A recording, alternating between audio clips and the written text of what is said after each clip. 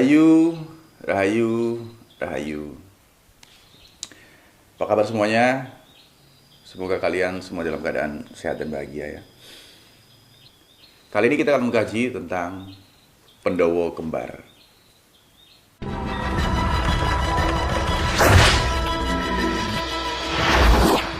Nah, kenapa disebut Pandhawa kembar? Karena pasti semua orang sulit atau susah membedakan tentang orang yang kembar ya. Jadi orang kembar kan pasti kan sama persis. Jadi orang tuh sulit membedakannya. Nah, dalam lakon tentang Satrio Piningit ini kan banyak sekali yang bermunculan atau yang mengaku diri sebagai Satrio Piningit, atau bahkan ada juga yang diakui sebagai Satrio Piningit. Nah, itu semua nanti akan bermunculan. Mereka semua bermunculan memiliki dasarnya masing-masing. Semua dasarnya kuat-kuat, memiliki buktinya masing-masing, dan buktinya semuanya sangat kuat, hingga membuat semua orang sulit membedakan mana sebenarnya yang asli atau mana sebenarnya yang benar-benar dituju Tuhan sebagai wakilnya. Jadi mereka semua nanti bermunculan. Nah, baik yang mengaku maupun yang diakui, mereka tidaklah salah ya. Mereka tidak salah dengan bermunculan begitu, karena memang itu adalah bagian dari tugas-tugas mereka ya. Memang lakonnya begitu. Kalau menurut saya semuanya itu asli ya, semuanya asli, dan semuanya punya niat yang baik untuk bangsa dan negara kita ini. Tapi kan balik lagi, Tuhan punya ketentuan. Hanya satu yang benar-benar dipilih sebagai wakilnya. Jadi menurut saya nggak perlu menyalahkan mereka yang muncul. Mau muncul seperti apa nanti pasti banyak. Jadi nggak perlu menyalahkan, karena itu bagian dari lakon mereka. Yang patut disalahkan adalah orang-orang yang tidak mengerti apa-apa, atau orang-orang yang sengaja muncul hanya ingin memanfaatkan keadaan, mengaku sebagai Satrio Piningit demi kekuasaan, demi pujian. Nah itu, atau demi keuntungan. Nah itu pasti nanti mereka kena sanksi ya. Jadi garis besarnya kenapa dibuat seperti ini, itu adalah untuk mengecoh dan melindungi satu di antara mereka semua yang dipilih sebagai wakil dari Tuhan Yang Maha Esa.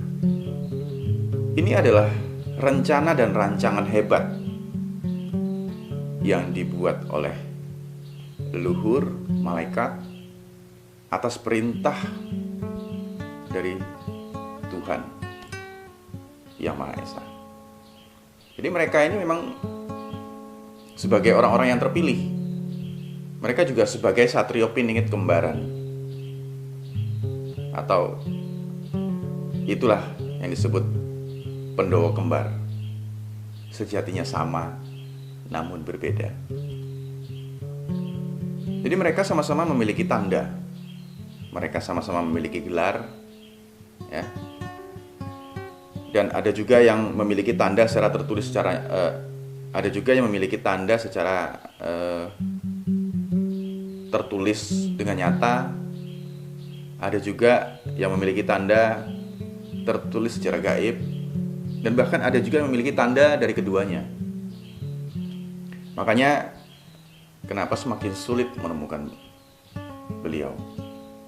Maka dari itu saya sendiri menganjurkan kepada kita semua, atau sebagai pengingat untuk kita semua, yang harus kita lakukan adalah mengerti dulu akan diri kita, tahu dulu kita ya. Kan ada kalimat, ketahuilah dirimu maka kau akan tahu Tuhanmu ya kan. Jadi ketika kita sudah tahu diri kita sendiri, kita juga nantinya akan tahu tugas kita. Jadi posisi kita ada di mana. Itu dulu yang penting. Dengan begitu kan nanti kita hanya fokus kepada tugasnya masing-masing. Jadi nggak perlu ngurusin tugas orang lain. Kalau nanti memang tugas kita ini ada berkaitan sama orang lain, pasti nanti akan dipertemukan. Tuhan sendiri yang akan menggiring kita melalui leluhur, akan menemukan orang yang tepat sesuai garisnya dan tugasnya ya. Nah jika sudah begitu, nantinya Jika kita memang yang dipilih, yang berkaitan langsung dengan yang dipilih oleh Tuhan sebagai wakil, ya pasti nanti kita akan ketemu. Ya, pasti akan ketemu, dan kita pasti akan tahu siapa Ratu Adil sebenarnya. Jadi kita ini bukan perang lagi melawan sistem yang zolim, tapi kita ini sekarang perang melawan hawa nafsu kita sendiri. Ya itulah sebagai tunggangan atau kendaraan Dajjal dan pasukannya. Bagi sang pendawa kembar, jangan ragu-ragu, muncullah saja, maju terus, jangan ragu-ragu. Itu adalah bagian dari tugasmu, itu juga bagian dari lakonmu. Siapa tahu nanti memang kamulah yang dipilih sebagai wakil Tuhan. Jadi jangan ragu-ragu, jalan dan maju terus. Kalau memang waktunya muncul, muncullah.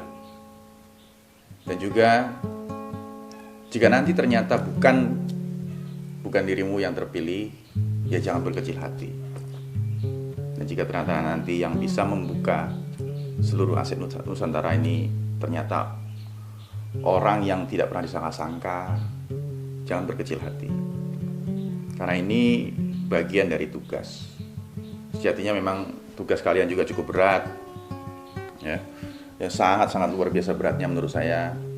Dan kalian juga sudah membantu mengecoh atau melindungi satu orang yang dipilih sebagai wakilnya, ya wakil Tuhan maksudnya. Jadi ini adalah ketentuan dari Yang Maha Kuasa, ya. Kalian juga telah melakukan tugasnya dengan baik.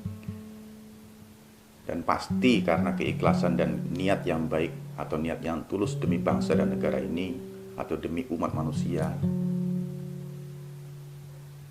Dan karena kerelaanmu itu, pasti Tuhan juga memberikan sebuah anugerah yang sangat luar biasa untukmu.